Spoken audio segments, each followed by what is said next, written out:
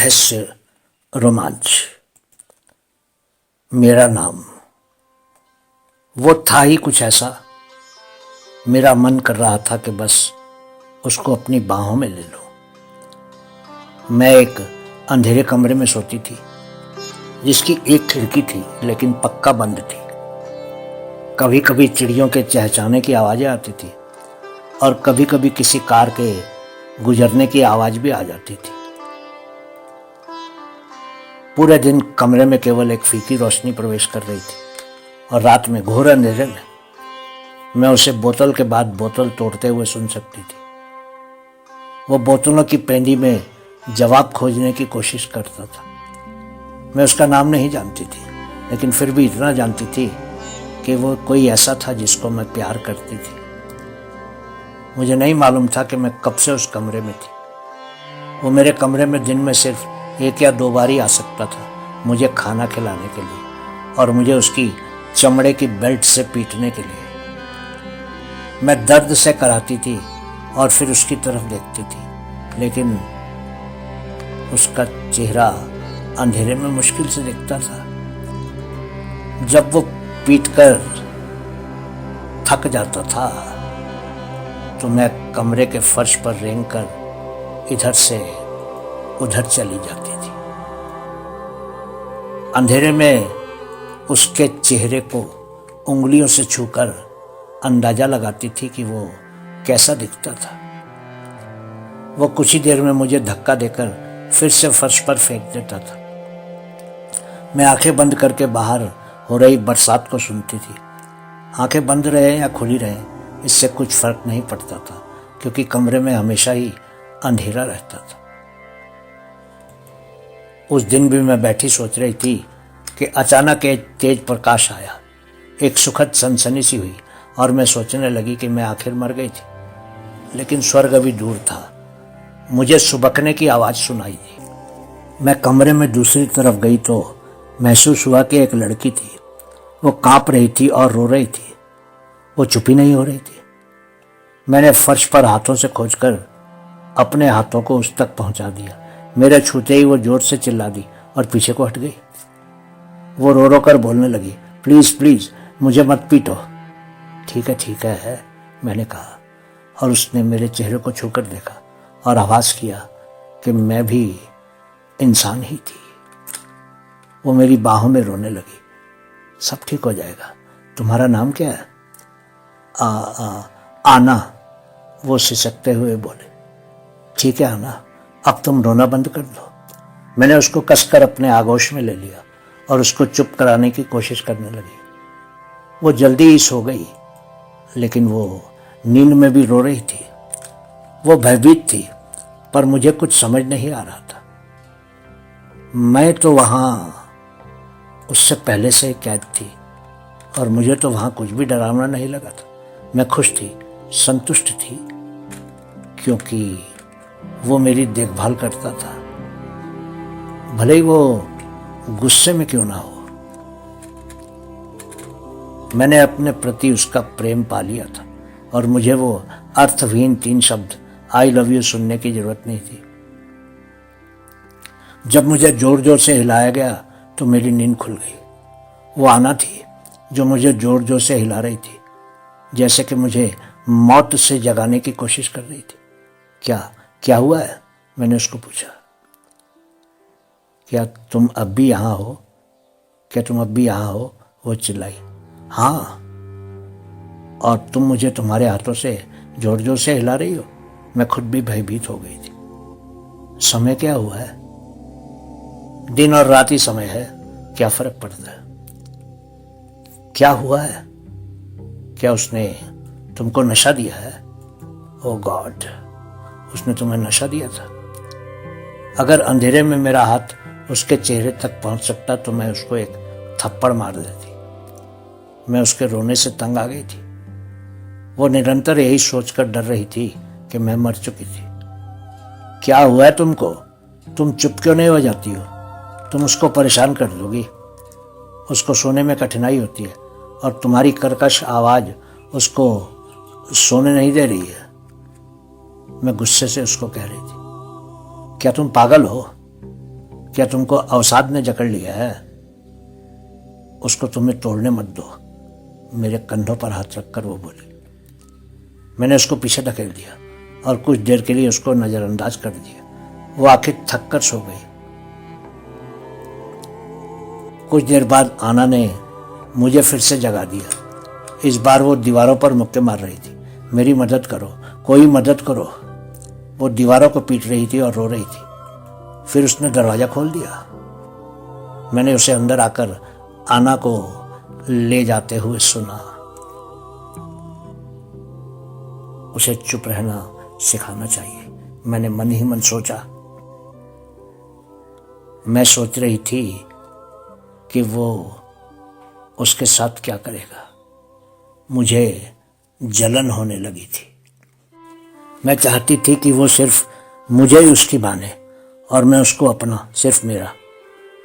मैंने उन घाव के दागों को छुआ जो घाव उसने मुझे दिए थे। मैं अपने चेहरे की मुस्कान को रोक नहीं सकी। कुछ देर के बाद आना को फिर से अंदर फेंक दिया गया। वो ना तो रो रही थी और ना ही बोल रही थी। वो सुन्न थी और टूट चुकी थी। मैंने कहा, अब तुम चुप रहना सीख लो, ठीक है? मैं हम दोनों को यहाँ से बाहर निकाल दूंगी, वो मुझसे बोली। वो मेरे नज़दीक आई और उसने मुझे कुछ देने की कोशिश करने लगी। वो एक चाकू था। वो गुस्से से बोली, अब उसको अंदर आने दो, मैं ही उसको मारूंगी। मैं गुस्से से तमतमा रही थी। तुमने ये कहने की हिम्मत कैसे की कि तुम उसको मार दोगी? मैंने अंधेरे में ही अनुमान से उसको एक थप्पड़ मार दिया। वो रो रो कर गालियां देने लगी और बोली, क्या तुमको क्या हुआ है? मैं हैरान हूं कि तुम ऐसी बात भी कर सकती हो। अगर तुमने उसको छूने की भी कोशिश की तो तुम फिर सुबह की रोशनी नहीं देखोगी, मैंने कहा। और अगर मैं उसको नहीं मारती हूँ तब तो मैं कभी भी सूरज का प्रकाश नहीं देखूंगी। यही तो बात है। मैंने उसके हाथ से चाकू लेने की कोशिश की। मैं अपने खिलाफ, उसके वजन के खिलाफ संघर्ष कर रही थी। उसने मेरे चेहरे पर हाथ रखकर मुझे पीछे धकेल दिया। मूर्ख लड़की, मैंने उसके हाथ से चाकू ले लिया। उसको मार दो, समझने की कोशिश करो, हम मुक्त हो जाएंगे, मैं चिल्लाई। अगर कोई घायल होगा तो वो सिर्फ तुम ही होगी। मैंने हवा में चाकू चला दिया। मुझे लगा कि चाकू किस चीज में घुस गया है। तभी आना की चीखने की जोर की आवाज आई। बोली, कुतिया। चाकू उसके पास नीचे लकड़ी के फर्श में घुस गया था। वो 1 इंच से बच गई थी, नहीं तो चाकू सीधा उसके शरीर में घुसता। तभी दरवाजा खुला और गुस्से से भरा हुआ वो अंदर आया। उसने लकड़ी के फर्श में धंसे हुए चाकू का परीक्षण किया। वो चाकू को देख रहा था कि तभी मैंने कहा, ये तुमको चोट पहुंचाने के बारे में बातें कर रही थी। चिंता मत करो, मैं इसका ख्याल रखूंगी। उसने आना को एक थप्पड़ मारा और मुझे दीवार की तरफ धकेल दिया। उसने चाकू से आना की बांह पर एक कट लगा दिया और फिर दरवाजा बंद करके बाहर चला गया। आना रात भर रोती रही और मैं उसके बारे में सोचती रही कि वो क्या क्या कर रहा होगा। क्या होता अगर आना ने उसको सच में ही मार दिया होता? तब मेरा क्या हुआ होता? मैं भी मर गई होती। अगर मैंने चाकू न छीन लिया होता तो क्या हुआ था? मुझे आना पर बहुत गुस्सा आने लगा। मैं गहरी नींद में सो गई, लेकिन जब मैंने आंखें खोली तो आना रो नहीं रही थी। कमरे में पूर्ण शांति थी। मैं अंधेरे में आना को खोजने लगी कि कहीं वो रात को मर तो नहीं गई थी। मैंने कमरे के फर्श का कोना कोना अपनी उंगलियों से अंधेरे में छान मारा, लेकिन आना कमरे में नहीं थी। वो भाग गई थी। मैं जोर जोर से चिल्लाकर उसको बुलाने लगी ताकि उसको बता सकूं कि आना कमरे में नहीं थी, लेकिन वो कमरे के अंदर नहीं आया। मैं अंदर से दरवाजे को पीट रही थी, लेकिन वो अंदर नहीं आया। मैं थक गई और बैठ गई। मुझे अंधेरे में खुद पर बोझ सा महसूस हुआ। मैं फर्श पर गिर गई और मैंने बाहर गाड़ियों के रुकने की आवाजें सुनी। मैंने भारी जूतों की आवाजें और दरवाजों को तोड़े जाने की आवाजें सुनी। तभी कमरे में प्रकाश हो गया। मैं इतनी तेज रोशनी सहन नहीं कर सकी, इसलिए मैंने अपने चेहरे को हाथों से ढक लिया। एक आदमी मेरी तरफ आया और बोला, क्या तुम मुझे अपना नाम बता सकती हो? हेजल, हेजल है मेरा नाम।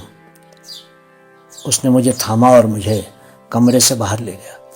मैंने देखा कि बाहर आदमी ही आदमी थे, सभी पुलिस वाले थे।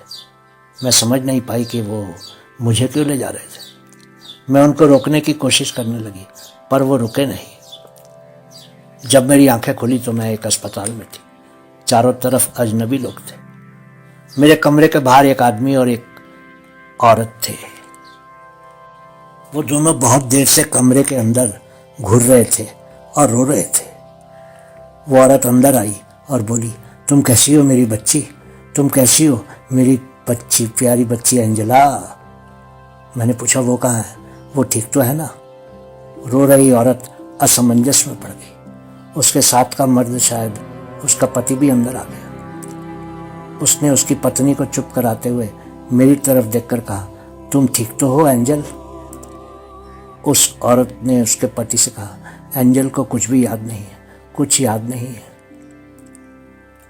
मुझे गुस्सा आने लगा था क्योंकि मैं वापस उसी कमरे में जाना चाहती थी।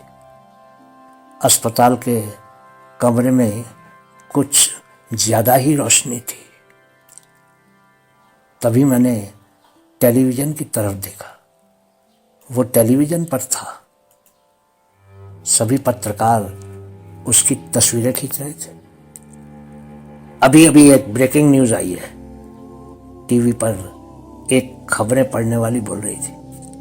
मुझे कुछ समझ नहीं आया कि उसको टेलीविज़न पर क्यों दिखा रहे थे, लेकिन फिर भी मुझे उस आदमी की तस्वीर टेलीविज़न पर अच्छी लगी। उसके बाद उसके साथ खड़ी एक लड़की की तस्वीर दिखाई जाने लगी।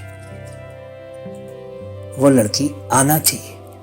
कमरे में मेरे पास खड़ी औरत ने उसके पति को कहा, एंजेला को ये नहीं देखना चाहिए। वो टेलीविज़न बंद करने लगी थी कि मैंने चिल्लाकर कहा, नहीं रुको। वो औरत और उसका पति हैरान हो गए, लेकिन वो पीछे हट गए और टेलीविज़न बंद नहीं किया। तस्वीर में दिख रहे इस आदमी डेमो डेविस को एक एंजेला रिबिन्स नाम की लड़की का अपहरण करने के जुर्म में आजीवन कारावास की सजा सुनाई गई है। इस आदमी ने एंजेला को 14 बरस पहले अपहरण करके एक कमरे में बंद कर दिया था। कमरे में मेरे सामने खड़ी वो औरत फिर से रोने लगी और फिर वो मुझसे बोले, अब सब ठीक हो गया है मेरी बेटी, मेरी प्यारी एंजेला, अब सब ठीक हो गया है। वो औरत और उसका पति मेरे पास आए और दोनों ने मुझे गले से लगा लिया। मुझे तो सांस लेने में भी कठिनाई होने लगी, लेकिन मैं उनको कुछ कहना चाहती थी। मैं उनको कहना चाहती थी कि मेरा नाम हेजल था। स्टॉकहोल्म सिंड्रोम एक ऐसा रोग है जिसके कारण बंदी बनाए गए व्यक्ति को उसके अपहरणकर्ता से सहानुभूति हो जाती है और बंदी बनाया गया व्यक्ति उस अपहरणकर्ता से कभी कभी प्रेम तक करने लगता है और उसका बचाव करने की कोशिश तक करता है।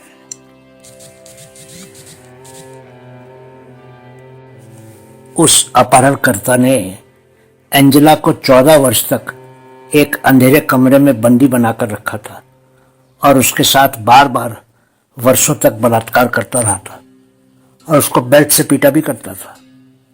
फिर वो एक और लड़की को अपहरण करके लाया था जिसका नाम आना था, पर उसको खोजते खोजते पुलिस उसके ठिकाने तक पहुंची गई। ये एक सच्ची घटना पर आधारित कहानी थी जो आपने अभी अभी सुनी है। बहुत बहुत शुक्रिया।